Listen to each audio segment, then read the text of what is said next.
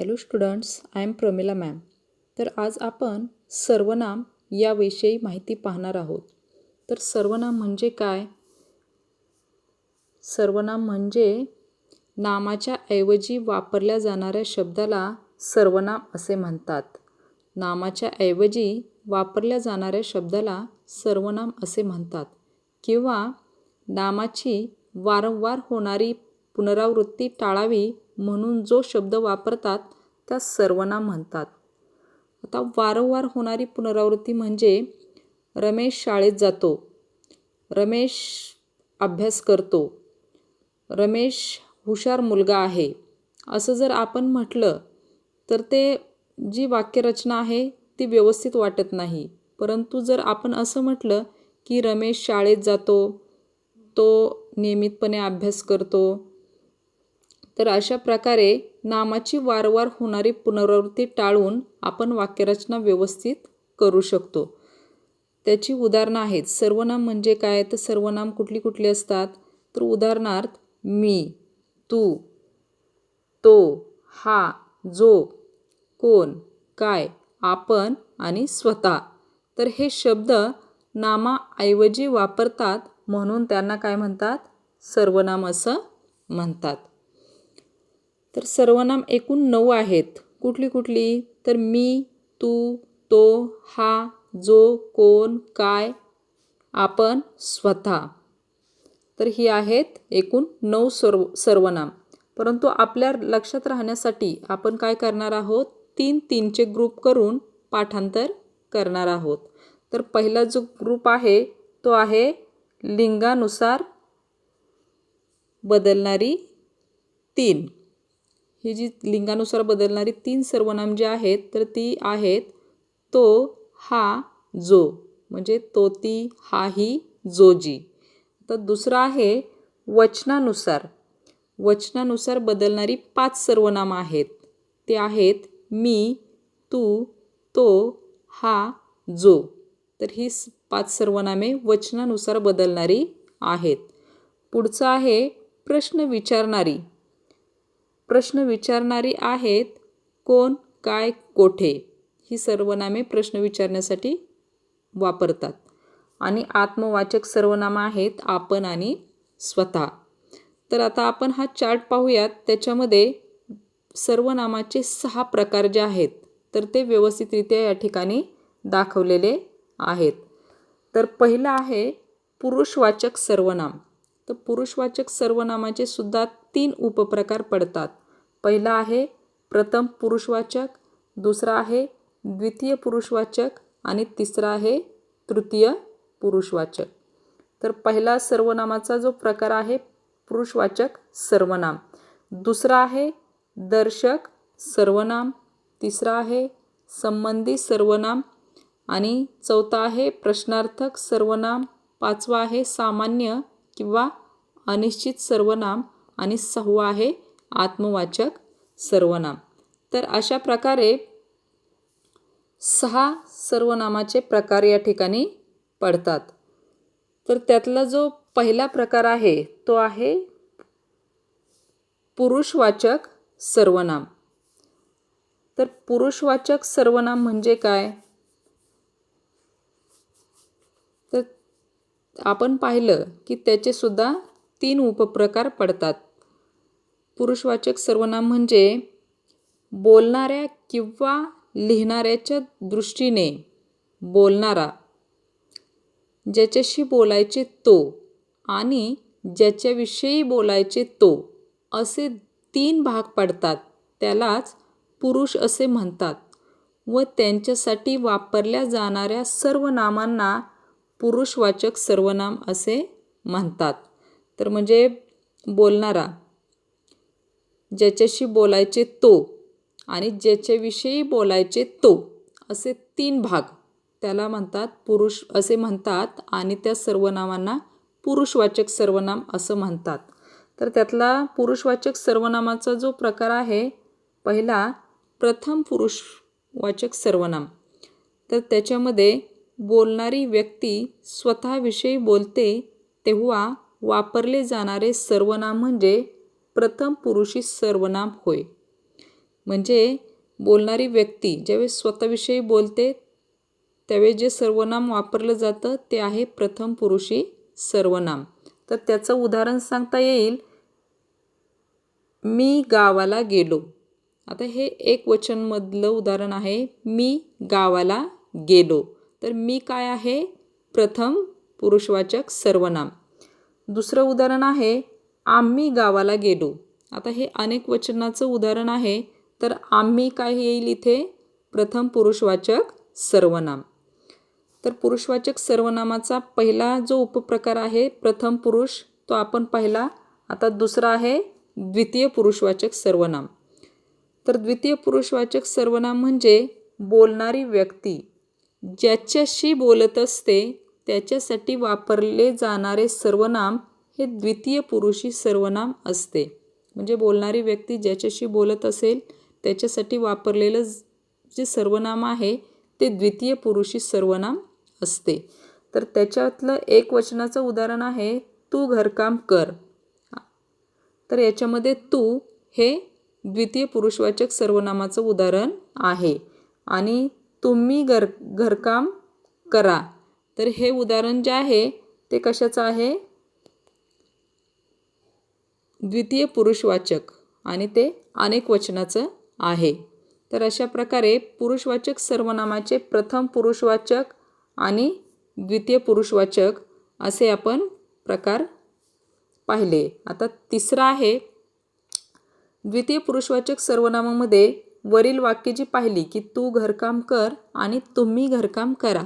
तर याच्यामध्ये तू व तुम्ही ही दोन्ही सर्वनामे अनुक्रमे द्वितीय पुरुषाची एकवचनी व अनेकवचनी सर्वनामे आहेत.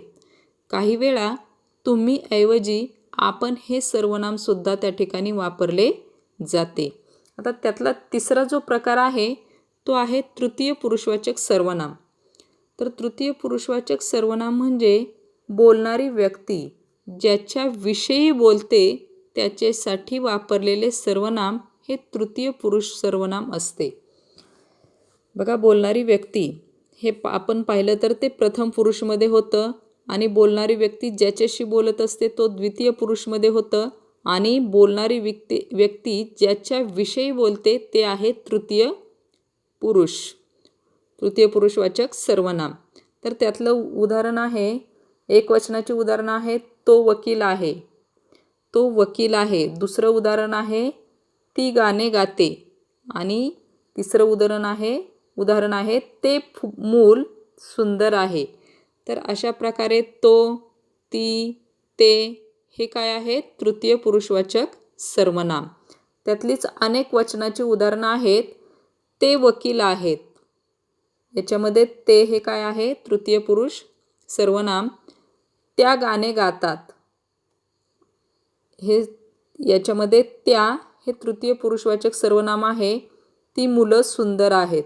हे सुद्धा काय आहे? तृतीय पुरुषवाचक सर्वनाम जे अनेक वचन आहे.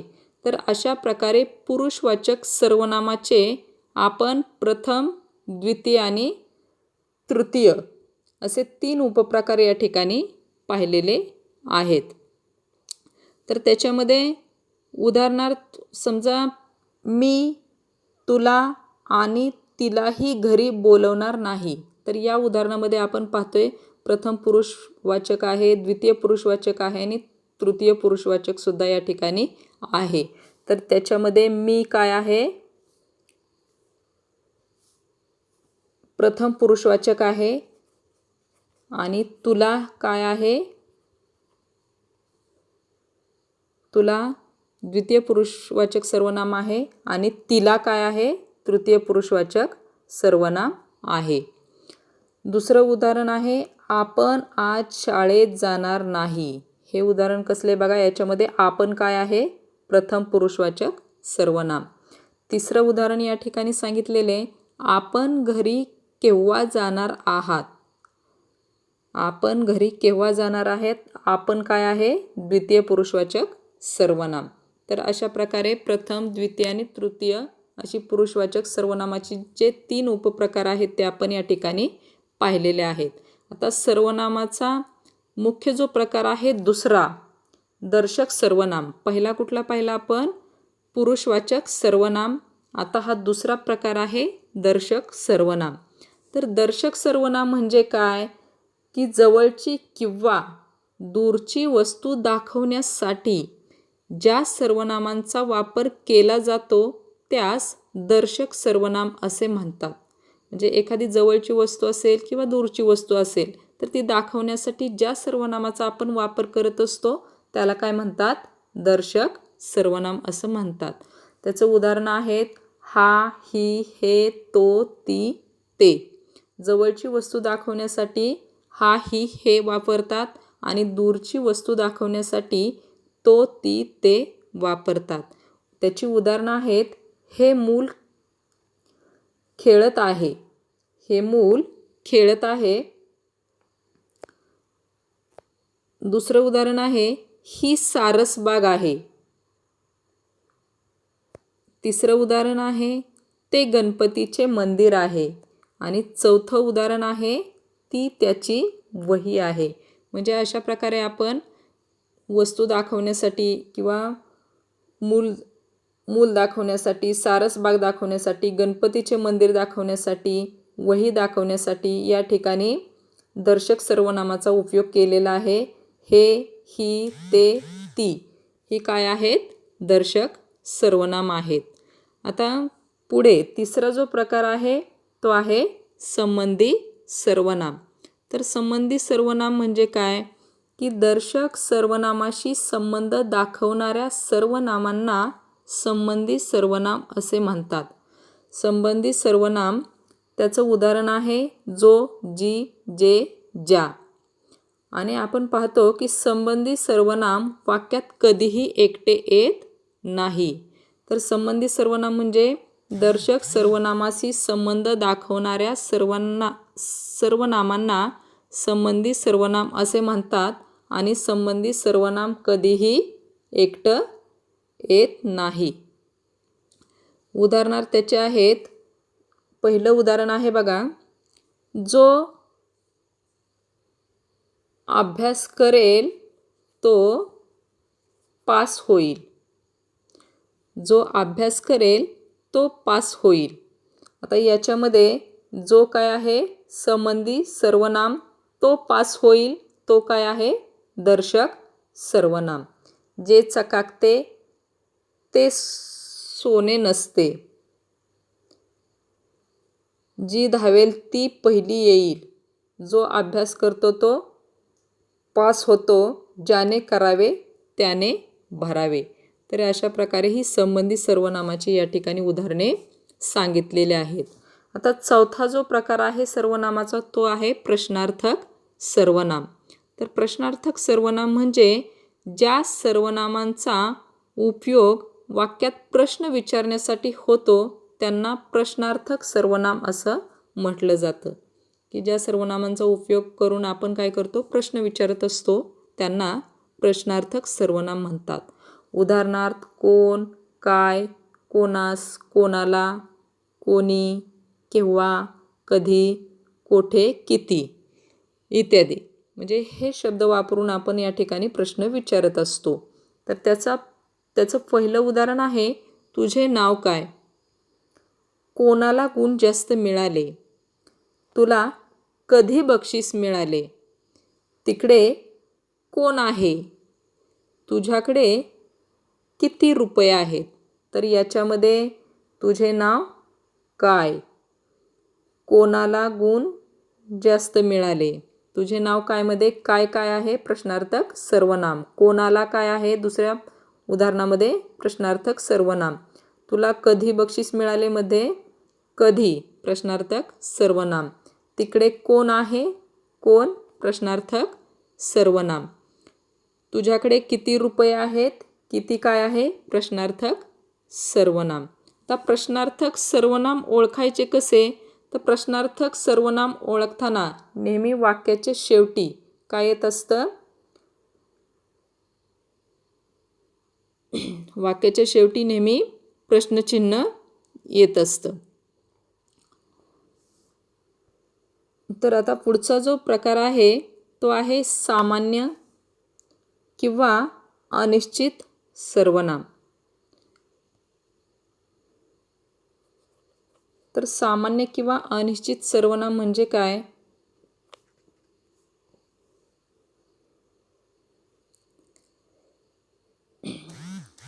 सामान्य किंवा अनिश्चित सर्वनाम म्हणजे ती नेहमी सर्वनाम कोणाबद्दल आलेले आहेत हे समजत नाही. त्या सामान्य किंवा अनिश्चित सर्वनाम असं म्हटलं जातं. म्हणजे कोणी कोणास हसू नये. उदाहरण त्याचं आहे, कोणी कोणास हसू नये. म्हणजे कोणी कोणास हसू नये याच्यामध्ये कोणी आपण म्हटलं तर ते कोणाबद्दल आलेलं आहे या ठिकाणी समजत नाही. दुसरं उदाहरण आहे, या टोपीखाली काय दडलंय हे माहीत नाही. या टोपीखाली काय दडलंय हे माहीत नाही. म्हणजे काय हे काय आहे? अनिश्चित सर्वनाम. त्या पेटीत काय आहे ते सांगा. तिकडे कोण गेला ते मला माहीत नाही. कोण, काय, कोणी, काय. तर या वाक्यामध्ये याचं एक वैशिष्ट्य आहे की त्याच्यामध्ये प्रश्नचिन्ह येत नाही आणि ते नेहमी कोणाबद्दल आलेलं आहे हेही या ठिकाणी समजत नाही. त्याला म्हणतात सामान्य किंवा अनिश्चित सर्वनाम. प्रश्नवाचक सर्वनामामध्ये आपल्याला त्याच्यामध्ये प्रश्न विचारलेला असतो, परंतु सामान्य किंवा अनिश्चित सर्वनामामध्ये प्रश्नचिन्ह येत नाही. आता पुढचा जो प्रकार आहे 6वा, आत्मवाचक सर्वनाम. आत्मवाचक सर्वनाम म्हणजे आपण हे सर्वनाम स्वतः या अर्थाने येते त्यास आत्मवाचक सर्वनाम म्हणतात. आता आपण हे सर्वनाम स्वतः या अर्थाने येते त्यास आत्मवाचक सर्वनाम म्हणतात. म्हणजे तो आपणहून घरी आला. म्हणजे स्वतः या अर्थाने हे सर्वनाम आलेलं आहे. गजूने स्वतः फोन केला. मी स्वतः त्याला पाहिले. तो स्वतःहून मला भेटला. तर याच्यामध्ये या 4 उदाहरणामध्ये आपणहून, स्वतः आणि स्वतःहून, तर अशा प्रकारे आत्मवाचक सर्वनाम या ठिकाणी आलेली आहेत. तर आत्मवाचक सर्वनामाचं वैशिष्ट्य असं आहे की ते वाक्यात कधीही एकटं येत नाही. त्याच्या अगोदर नाम किंवा सर्वनाम येते. बघा, ही आपण उदाहरणं पाहिली की पहिलं उदाहरण पाहिलं की तो आपणहून घरी आला. तो आपणहून घरी आला याच्या आधी म्हणजे आपणहून हे ज्यावेळेस आत्मवाचक सर्वनाम आपण पाहतोय तर त्याच्या आधी तो हे सर्वनाम या ठिकाणी आलेलं आहे. गजूने स्वतः फोन केला. स्वतः हे आत्मवाचक सर्वनाम आपण पाहतोय, त्याच्या आधी गजूने हे काय आलेले आहे? नाम आलेलं आहे. तिसरं उदाहरण आहे, मी स्वतः त्याला पाहिले. त्याच्यामध्ये स्वतः हे आत्मवाचक सर्वनाम आहे, त्याच्या आधी मी हे सर्वनाम आलेलं आहे. तो स्वतःहून मला भेटला हे 4थं उदाहरण आहे. त्याच्यामध्ये स्वतःहून हे काय आहे? आत्मवाचक सर्वनाम. तर त्याच्या आधी तो हे सर्वनाम या ठिकाणी आलेलं आहे. म्हणजे आत्मवाचक सर्वनामाचं हे एक वैशिष्ट्य आहे की ते कधीही एकटे येत नाही. त्याच्या अगोदर नाम किंवा सर्वनाम येत असते. आता पुढची उदाहरणं आहेत बघा की आपण सत्याग्रहात सामील होणार नाही. ते कशाचं उदाहरण आहे? प्रथम पुरुषवाचक सर्वनाम. आता याच्यामध्ये कधीकधी आपल्याकडून चूक होऊ शकते की याच्यामध्ये आपण आहे म्हणून आपण काय आत्मवाचक सर्वनाम असं थोडंसं आपल्या लक्षात येतं की हे कदाचित असेल, परंतु असं नाही. आत्मवाचक सर्वनामाचं एक वैशिष्ट्य सांगितलेलं आहे की ते कधीही एकटं येत नाही. त्याच्या अगोदर नाम किंवा सर्वनाम येतं. आता हे आपण हे एकटं आलेलं आहे. आपण सत्याग्रहात सामील होणार नाही, ते आहे प्रथम पुरुषवाचक सर्वनाम. पुढे आपण घरी केव्हा आलात? आपण घरी केव्हा आलात? आपण काय आहे इथं? द्वितीय पुरुष सर्वनाम. म्हणजे थोडक्यात ज्याच्याशी आपण बोलतोय ते. आपण घरी केव्हा आलात? द्वितीय पुरुष सर्वनाम. तिसरं उदाहरण आहे, मी आपणहून घरी गेलो. आता पहा, आपली व्याख्या आपण आता आत्मवाचक सर्वनामाची पाहिली. आपणहून आपण पहिलं आत्मवाचक सर्वनाम, त्याच्या आधी काय आलेलं आहे, मी हे सर्वनाम आलेलं आहे. म्हणजे आत्मवाचक सर्वनाम कधी एकटं येत नाही, त्याच्या अगोदर नाम किंवा सर्वनाम येते. हे आपण जे वैशिष्ट्य त्याचं पाहिलं तर इथं बघा बरोबर लागू पडतंय. आपणहूनच्या आधी मी हे सर्वनाम या ठिकाणी आलेलं आहे. तर हे आहे आत्मवाचक सर्वनाम. तर अशा प्रकारे आपण सर्वनामाची जी 6 उदाहरणं आहेत, जे सर्वनामाचे जे 6 प्रकार आहेत ते या ठिकाणी अभ्यासलेले आहेत.